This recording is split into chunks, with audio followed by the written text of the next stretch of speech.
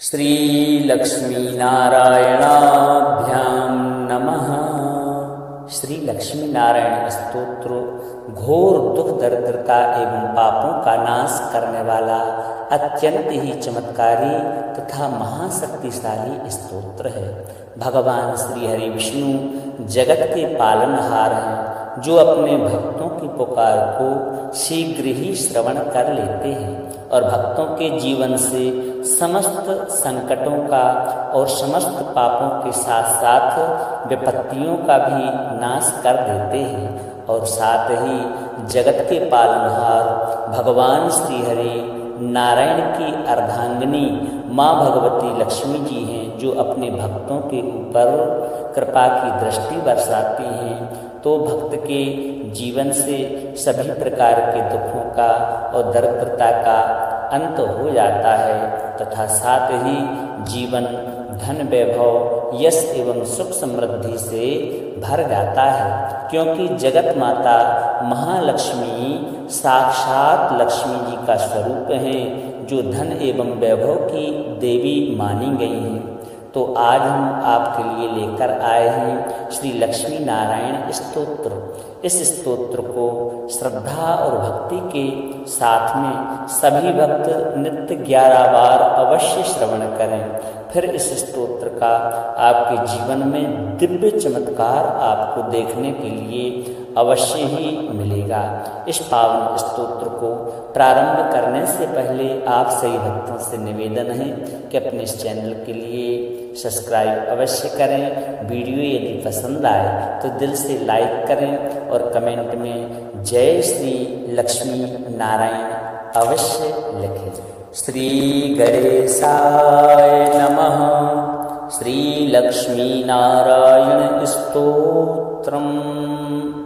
श्रीनिवास जगन्नाथ श्री हरे भक्तवत्सल लक्ष्मीपते नमस्तुभ्यं त्राहि मां भवसागरात्। राधारमण गोविंद भक्त काम प्रपूरक नारायण नमस्तुभ्यं त्राहि मां भवसागरात्।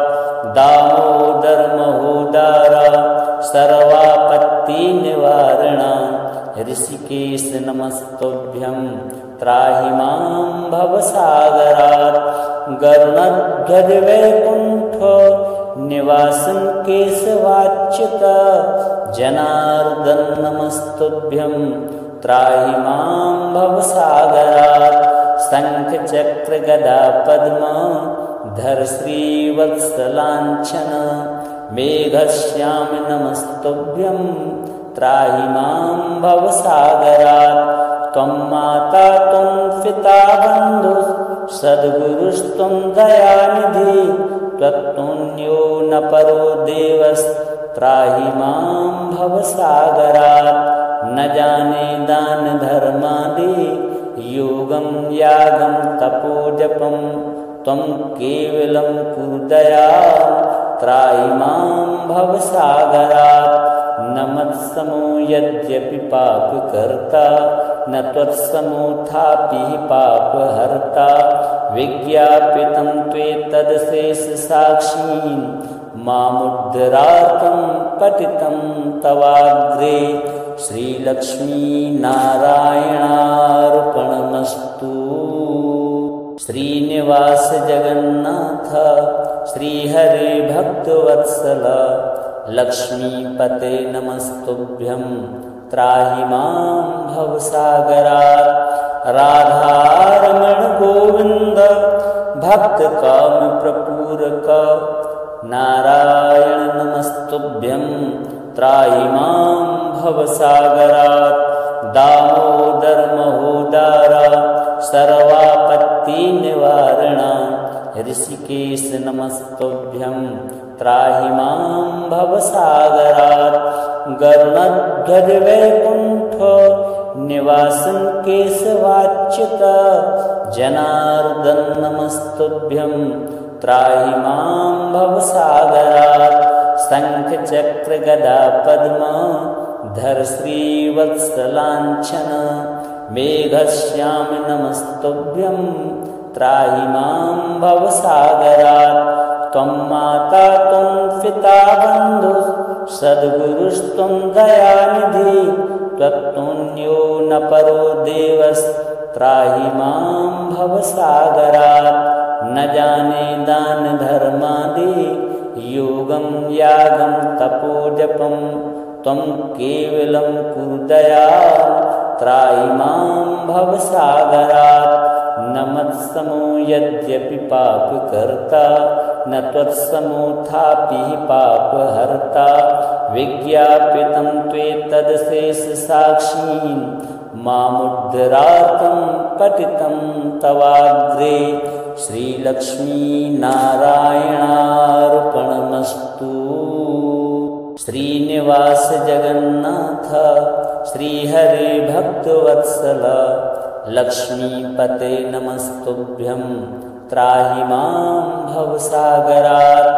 राधारमण गोविन्द भक्तकामप्रपूरक नारायण नमस्तुभ्यं त्राहि मां भवसागरात्।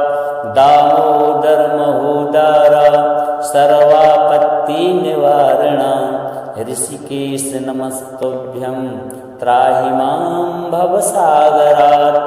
गरुडध्वज वैकुण्ठ निवासन केशवाच्युत जनार्दन नमस्तुभ्यं त्राहि मां भवसागरात्। शंख चक्र गदा पद्म धर श्रीवत्सलाञ्छन मेघश्याम नमस्तुभ्यं त्राहि मां भवसागरात्। त्वं माता त्वं पिता बन्धुः सद्गुरुस्त्वं दयानिधि। त्वत्तुल्यो न परो देवस्त्राहि मां भवसागरात्। न जाने दान धर्मादि योगं यागं तपोजपं। त्वं केवलं कुरु दयां त्राहि मां भवसागरात्।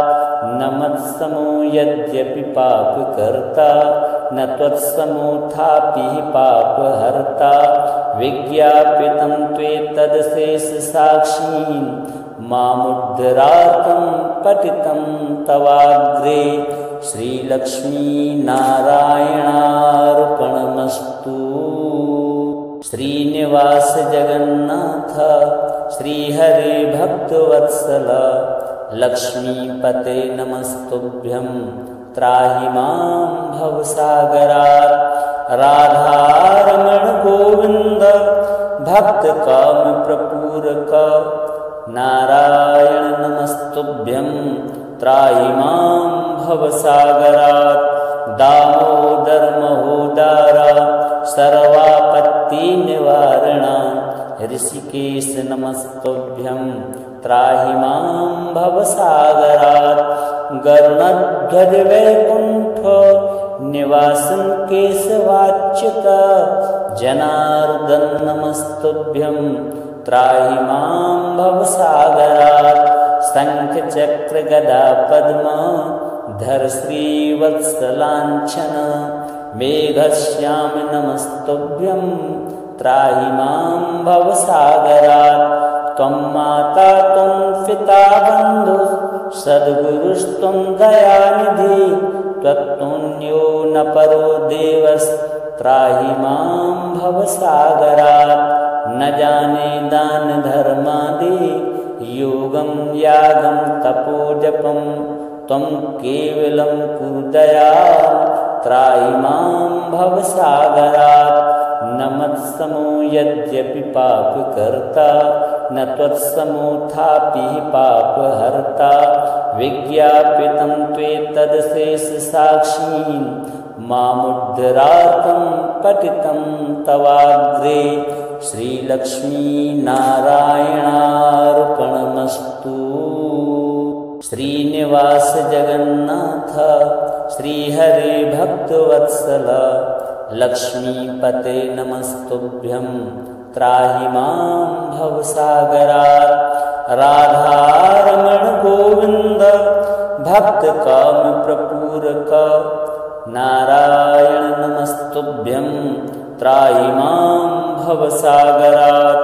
दामोदर महोदर सर्वापत्ति निवारण ऋषिकेश नमस्तुभ्यं त्राहि मां भवसागरात् गरुणध्वज वैकुण्ठ निवासन केशवाच्युत जनार्दन नमस्तुभ्यं त्राहि मां भवसागरात् शंख चक्र गदा पद्म धर श्रीवत्सलाञ्छन मेघश्याम नमस्तुभ्यं त्राहि मां भवसागरात् त्वं माता त्वं पिता बन्धुः सद्गुरुस्त्वं दयानिधि त्वत्तुल्यो न परो देवस्त्राहि मां भवसागरात् न जाने दान धर्मादि योगं यागं तपोजपं त्वं केवलं कुरु दयां त्राहि मां भवसागरात् न मत्समो यद्यपि पापकर्ता न त्वत्समोऽथापि पापहर्ता विज्ञापितं त्वेतदशेषसाक्षीन् मामुद्धरार्थं पतितं तवाग्रे श्रीलक्ष्मीनारायणार्पणमस्तु। श्रीनिवास जगन्नाथ श्रीहरे भक्तवत्सल लक्ष्मीपते नमस्तुभ्यं त्राहि मां भवसागरात् राधारमण गोविन्द भक्तकाम प्रपूरक नारायण नमस्तुभ्यं त्राहि मां भवसागरात् दामोदर महोदर सर्वापत्ति निवारण ऋषिकेश नमस्तुभ्यं त्राहि मां भवसागरात् गरुणध्वज वैकुण्ठ निवासन केशवाच्युत जनार्दन नमस्तुभ्यं त्राहि मां भवसागरात् शंख चक्र गदा पद्म धर श्रीवत्सलाञ्छन मेघश्याम नमस्तुभ्यं त्राहि मां भवसागरात् त्वं माता त्वं पिता बन्धुः सद्गुरुस्त्वं दयानिधि त्वत्तुल्यो न परो देवस्त्राहि मां भवसागरात् न जाने दान धर्मादि योगं यागं तपोजपं त्वं केवलं कुरु दयां त्राहि मां भवसागरात् न मत्समो यद्यपि पापकर्ता न त्वत्समोऽथापि पापहर्ता विज्ञापितं त्वेतदशेषसाक्षीन् मामुद्धरार्थं पतितं तवाग्रे श्रीलक्ष्मीनारायणार्पणमस्तु।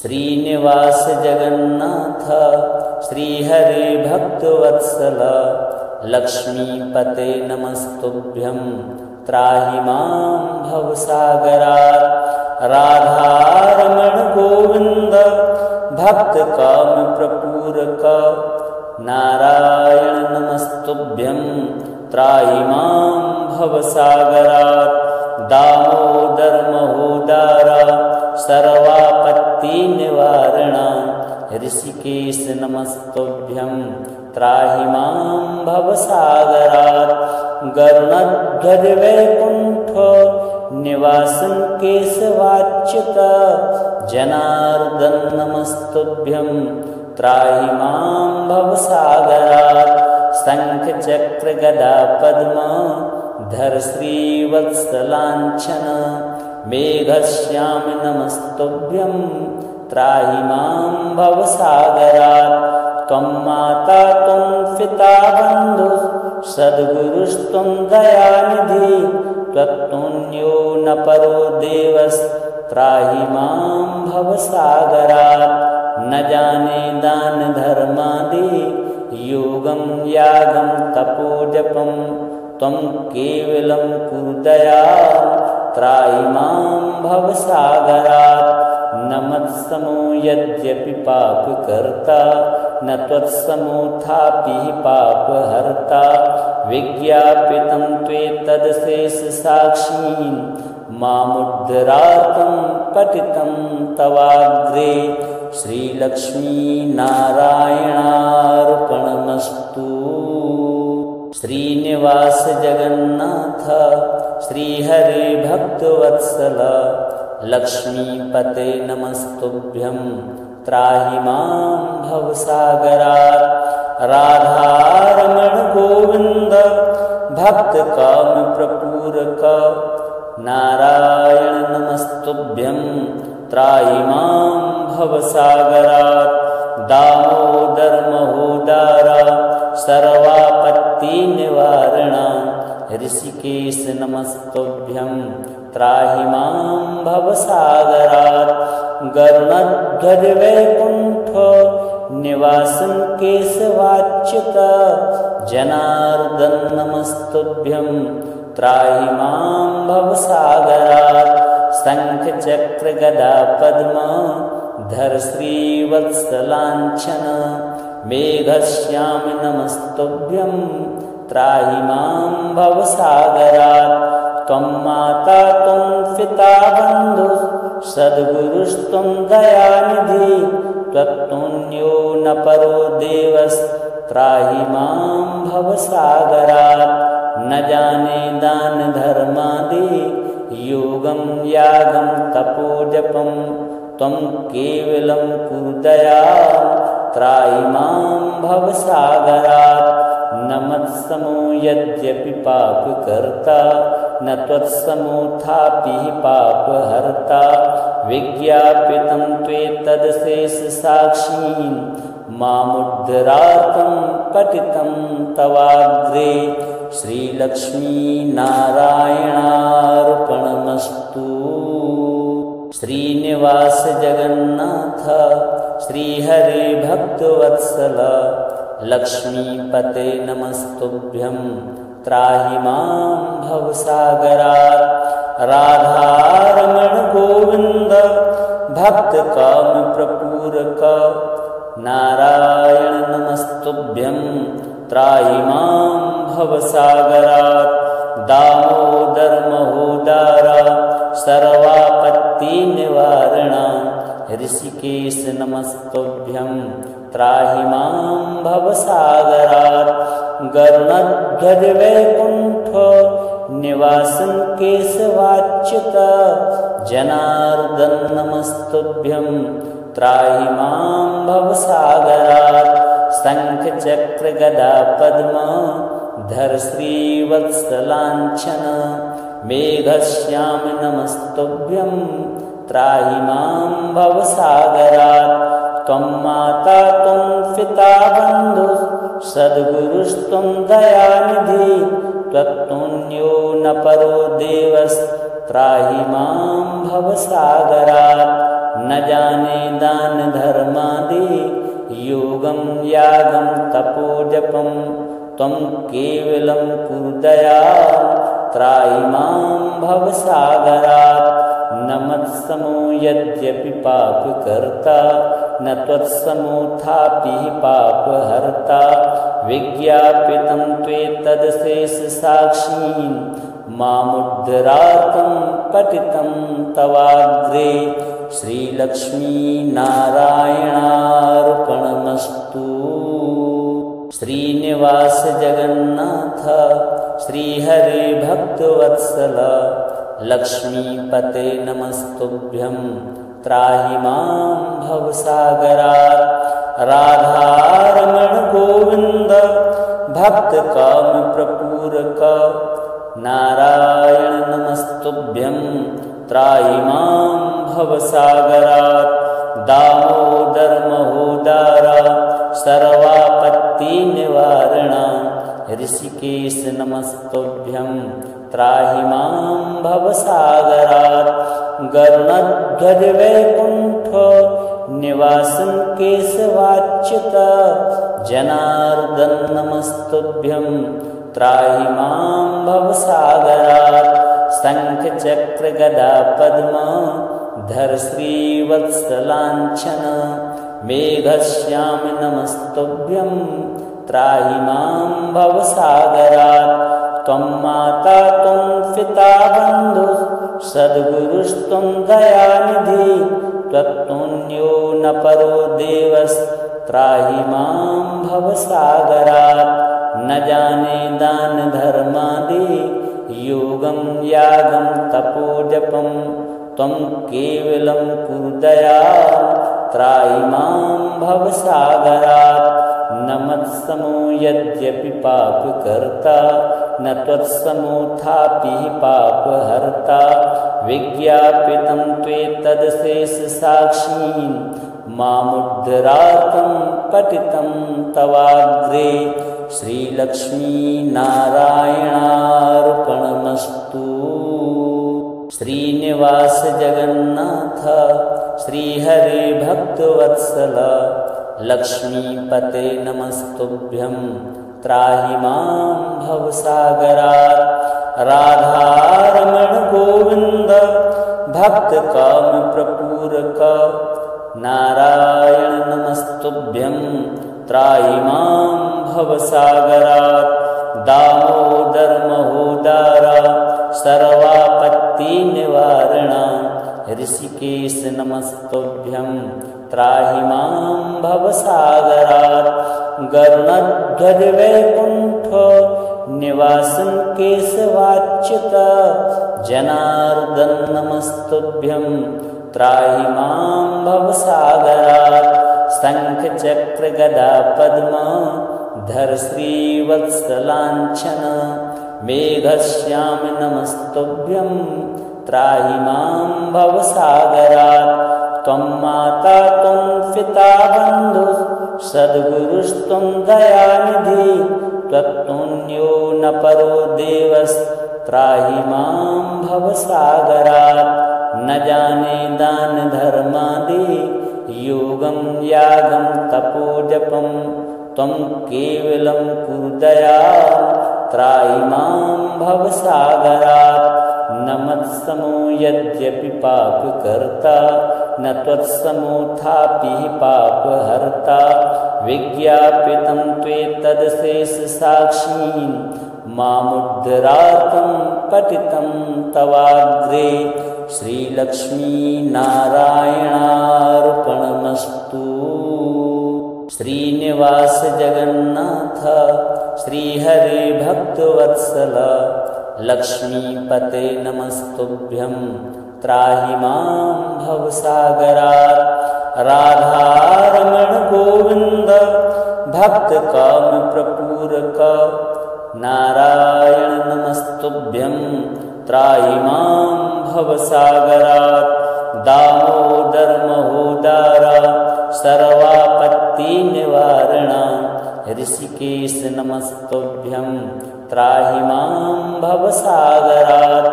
गरुडध्वज वैकुण्ठ निवासन केशवाच्युत जनार्दन नमस्तुभ्यं त्राहि मां भवसागरात्।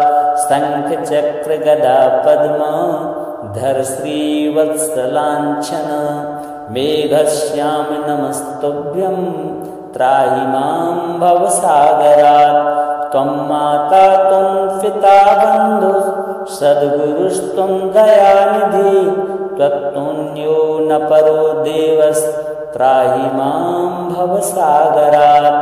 न जाने दान धर्मादि योगं यागं तपोजपं त्वं केवलं कुरु दयां त्राहि मां भवसागरात्।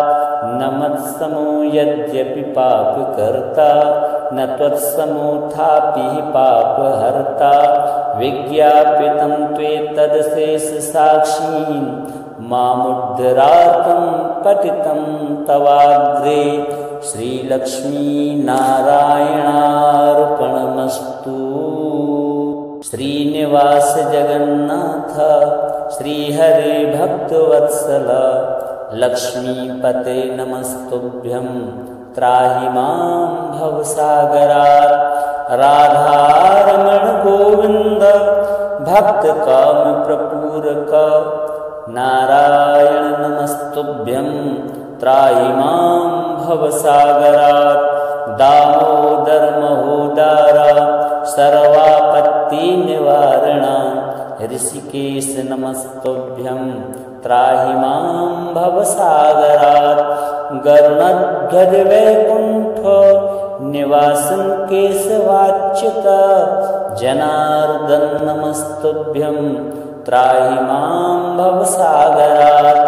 शंख चक्र गदा पद्म धर श्रीवत्सलाञ्छन मेघश्याम नमस्तुभ्यं त्राहि मां भवसागरात्।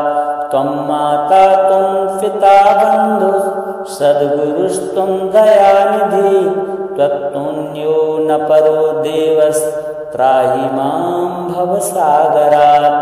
न जाने दान धर्मादि योगं यागं तपोजपं त्वं केवलं कुरु दयां त्राहि मां भवसागरात्। न मत्समो यद्यपि पापकर्ता न त्वत्समोऽथापि पापहर्ता। विज्ञापितं त्वेतदशेषसाक्षीं मामुद्धरार्थं पतितं तवाग्रे। श्रीलक्ष्मीनारायणार्पणमस्तु। श्रीनिवास जगन्नाथ श्रीहरे भक्तवत्सल लक्ष्मीपते नमस्तुभ्यं त्राहि मां भवसागरात्। राधारमण गोविन्द भक्तकाम प्रपूरक नारायण नमस्तुभ्यं त्राहि मां भवसागरात्। दामोदर महोदार सर्वापत्ति निवारण ऋषिकेश नमस्तुभ्यं त्राहि मां भवसागरात्। गरुडध्वज वैकुण्ठ निवासं केशवाच्युत जनार्दन नमस्तुभ्यं त्राहि मां भवसागरात्। शंख चक्र गदा पद्म धर श्रीवत्सलाञ्छन मेघश्याम नमस्तुभ्यं त्राहि मां भवसागरात्। त्वं माता त्वं पिता बन्धुः सद्गुरुस्त्वं दयानिधि त्वत्तुल्यो न परो देवस्त्राहि मां भवसागरात्। न जाने दान धर्मादि योगं यागं तपोजपं त्वं केवलं कुरु दयां त्राहि मां भवसागरात्। न मत्समो यद्यपि पापकर्ता न त्वत्समोऽथापि पापहर्ता। विज्ञापितं त्वेतदशेषसाक्षीं मामुद्धरार्थं पतितं तवाग्रे। श्रीलक्ष्मीनारायणार्पणमस्तु। श्रीनिवास जगन्नाथ श्रीहरे भक्तवत्सल लक्ष्मीपते नमस्तुभ्यं त्राहि मां भवसागरात्। राधारमण गोविन्द भक्तकाम प्रपूरक नारायण नमस्तुभ्यं त्राहि मां भवसागरात्। दामोदर महोदार सर्वापत्ति निवारण ऋषिकेश नमस्तुभ्यं त्राहि मां भवसागरात्। गरुडध्वज वैकुण्ठ निवासं केशवाच्युत जनार्दन नमस्तुभ्यं त्राहि मां भवसागरात्। शंख चक्र गदा पद्म धर श्रीवत्सलाञ्छन मेघश्याम नमस्तुभ्यं त्राहि मां भवसागरात्। त्वं माता त्वं पिता बन्धुः सद्गुरुस्त्वं दयानिधि त्वत्तुल्यो न परो देवस्त्राहि मां भवसागरात्। न जाने दान धर्मादि योगं यागं तपोजपं त्वं केवलं कुरु दयां त्राहि मां भवसागरात्। न मत्समो यद्यपि पापकर्ता न त्वत्समोऽथापि पापहर्ता। विज्ञापितं त्वेतदशेषसाक्षीं मामुद्धरार्थं पतितं तवाग्रे। श्रीलक्ष्मीनारायणार्पणमस्तु। श्रीनिवास जगन्नाथ श्रीहरे भक्तवत्सल लक्ष्मीपते नमस्तुभ्यं त्राहि मां भवसागरात्। राधारमण गोविंद भक्तकामप्रपूरक नारायण नमस्तुभ्यं त्राहि मां भवसागरात्। दामोदर महोदर सर्वापत्तिनिवारण ऋषिकेश नमस्तुभ्यं त्राहि मां भवसागरात्। गरुडध्वज वैकुंठ निवासन केशवाच्युत जनार्दन नमस्तुभ्यं त्राहि मां भवसागरात्। शंख चक्र गदा पद्म धर श्रीवत्सलांछन मेघश्याम नमस्तुभ्यं त्राहि मां भवसागरात्। त्वं माता त्वं पिता बन्धु सद्गुरुस्त्वं दयानिधि त्वत्तुल्यो न परो देवस्त्राहि मां भवसागरात्। न जाने दान धर्मादि योगं यागं तपोजपं त्वं केवलं कुरु दयां त्राहि मां भवसागरात्। न मत्समो यद्यपि पापकर्ता न त्वत्समोऽथापि पापहर्ता। विज्ञापितं त्वेतदशेषसाक्षीं मामुद्धरार्थं पतितं तवाग्रे। श्रीलक्ष्मीनारायणार्पणमस्तु। श्रीनिवास जगन्नाथ श्रीहरे भक्तवत्सल लक्ष्मीपते नमस्तुभ्यं त्राहि मां भवसागरात्। राधारमण गोविंद भक्तकामप्रपूरक नारायण नमस्तुभ्यं त्राहि मां भवसागरात्। दामोदर महोदर सर्वापत्तिनिवारण ऋषिकेश नमस्तुभ्यं त्राहि मां भवसागरात्। गरुडध्वज वैकुंठ निवासन केशवाच्युत जनार्दन नमस्तुभ्यं त्राहि मां भवसागरात्। शंख चक्र गदा पद्म धर श्रीवत्सलांछन मेघश्याम नमस्तुभ्यं त्राहि मां भवसागरात्। त्वं माता त्वं पिता बन्धु सद्गुरुस्त्वं दयानिधि त्वत्तुल्यो न परो देवस्त्राहि मां भवसागरात्। न जाने दान धर्मादि योगं यागं तपोजपं त्वं केवलं कुरु दयां त्राहि मां भवसागरात्। न मत्समो यद्यपि पापकर्ता न त्वत्समोऽथापि पापहर्ता। विज्ञापितं त्वेतदशेषसाक्षीं मामुद्धरार्थं पतितं तवाग्रे। श्रीलक्ष्मीनारायणार्पणमस्तु। श्रीनिवास जगन्नाथ श्रीहरे भक्तवत्सल लक्ष्मीपते नमस्तुभ्यं त्राहि मां भवसागरात्। राधारमण गोविंद भक्तकामप्रपूरक नारायण नमस्तुभ्यं त्राहि मां भवसागरात्। दामोदर महोदर सर्वापत्तिनिवारण ऋषिकेश नमस्तुभ्यं त्राहि मां भवसागरात्। गरुडध्वज वैकुंठ निवासन केशवाच्युत जनार्दन नमस्तुभ्यं त्राहि मां भवसागरात्। शंख चक्र गदा पद्म धर श्रीवत्सलांछन मेघश्याम नमस्तुभ्यं त्राहि मां भवसागरात्। त्वं माता त्वं पिता बन्धु सद्गुरुस्त्वं दयानिधि त्वत्तुल्यो न परो देवस्त्राहि मां भवसागरात्।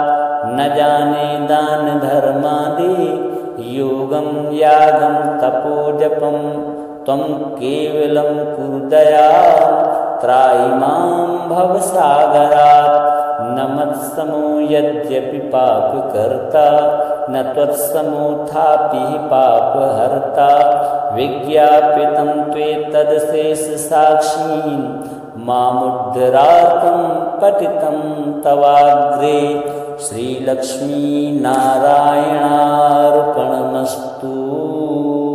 श्रीनिवास जगन्नाथ श्रीहरे भक्तवत्सल लक्ष्मीपते नमस्तुभ्यं त्राहि मां भवसागरात्। राधारमण गोविन्द भक्तकामप्रपूरक नारायण नमस्तुभ्यं त्राहि मां भवसागरात्। दामोदर महोदार सर्वापत्तिनिवारण ऋषिकेश नमस्तुभ्यं त्राहि मां भवसागरात्। गरुडध्वज वैकुण्ठ निवासं केशवाच्युत जनार्दन नमस्तुभ्यं त्राहि मां भवसागरात्।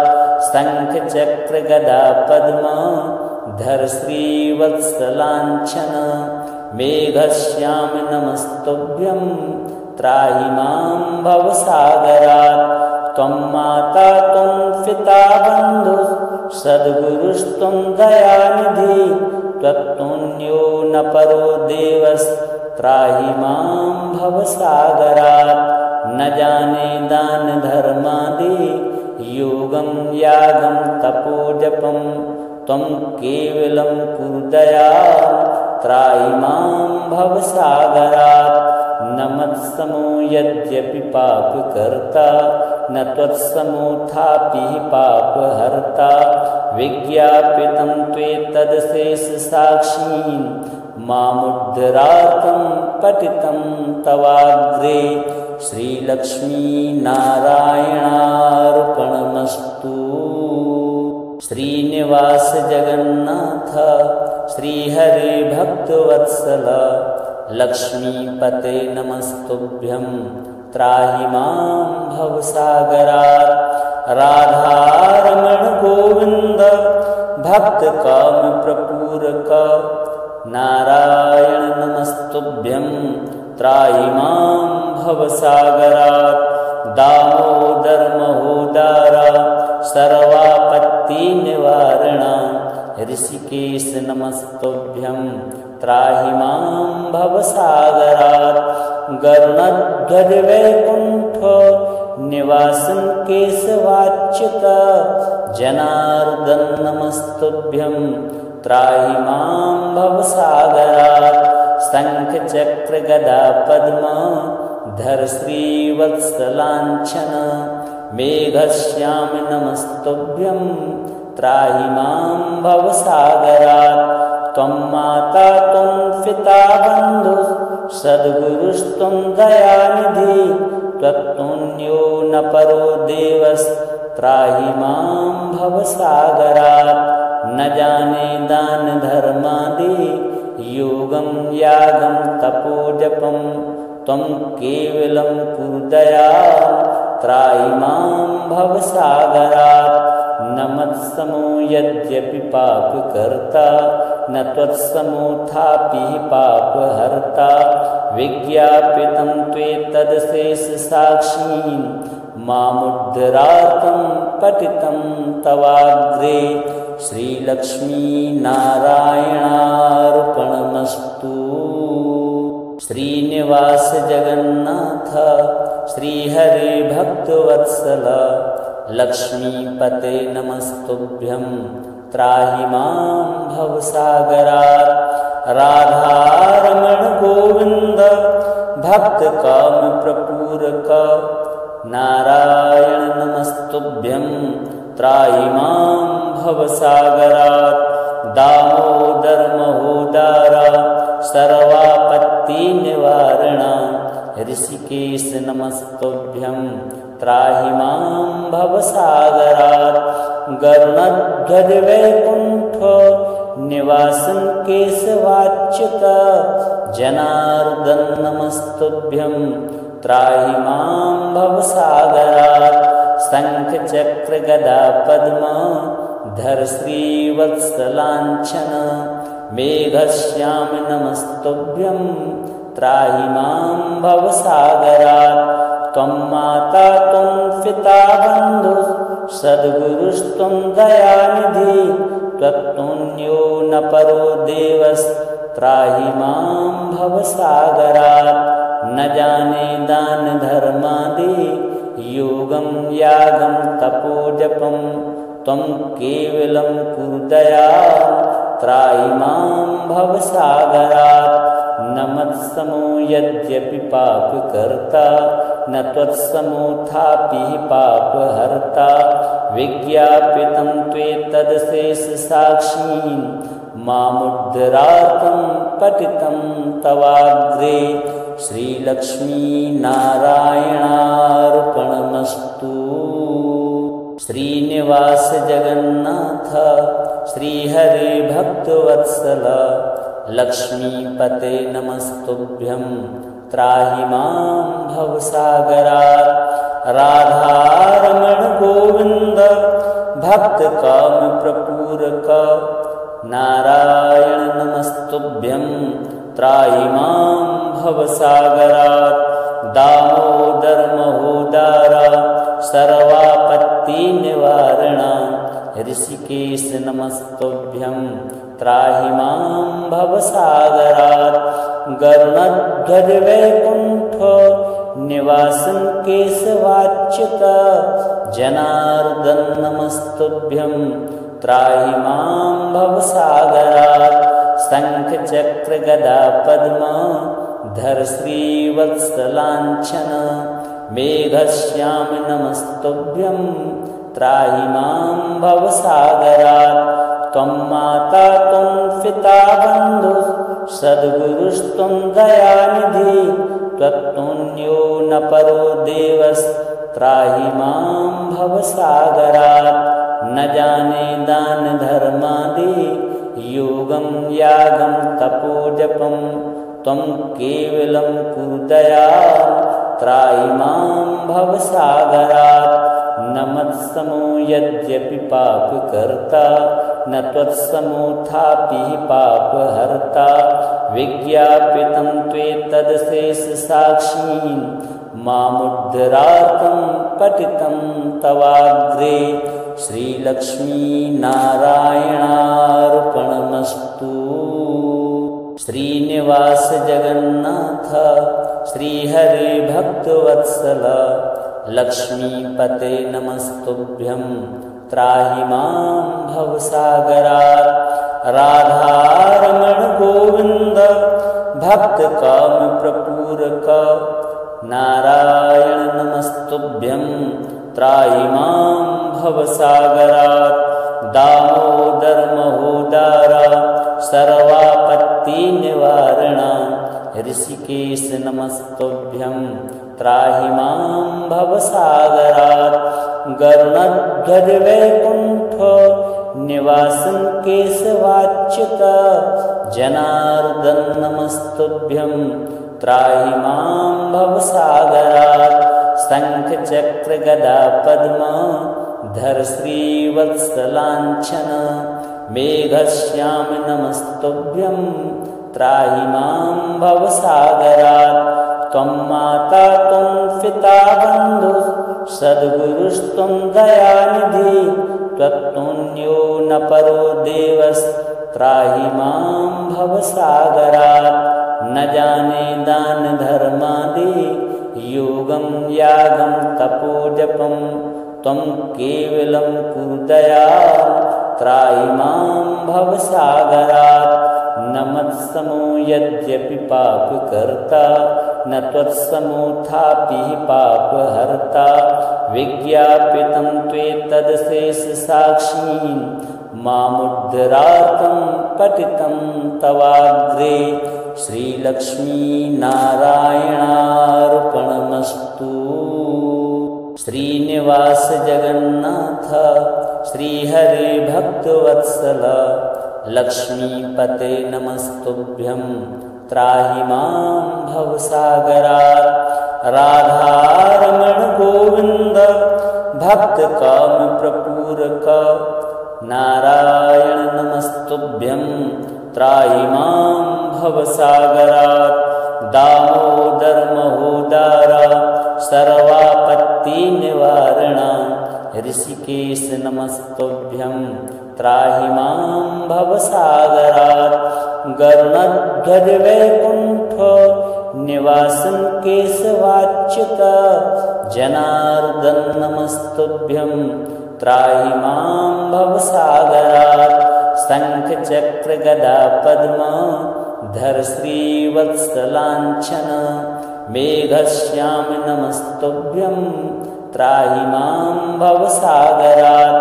त्वं माता त्वं पिता बन्धु सद्गुरुस्त्वं दयानिधि त्वत्तुल्यो न परो देवस्त्राहि मां भवसागरात्।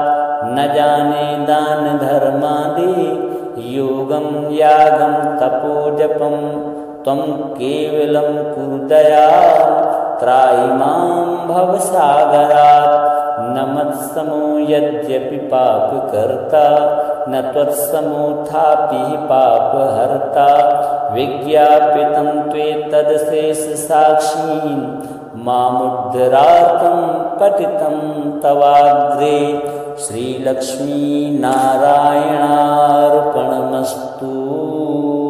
श्रीनिवास जगन्नाथ श्रीहरे भक्तवत्सल लक्ष्मीपते नमस्तुभ्यं त्राहि मां भवसागरात्।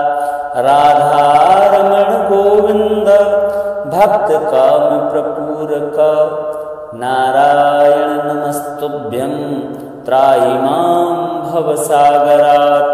दामोदर महोदार सर्वापत्ति निवारण ऋषिकेश नमस्तुभ्यं त्राहि मां भवसागरात्।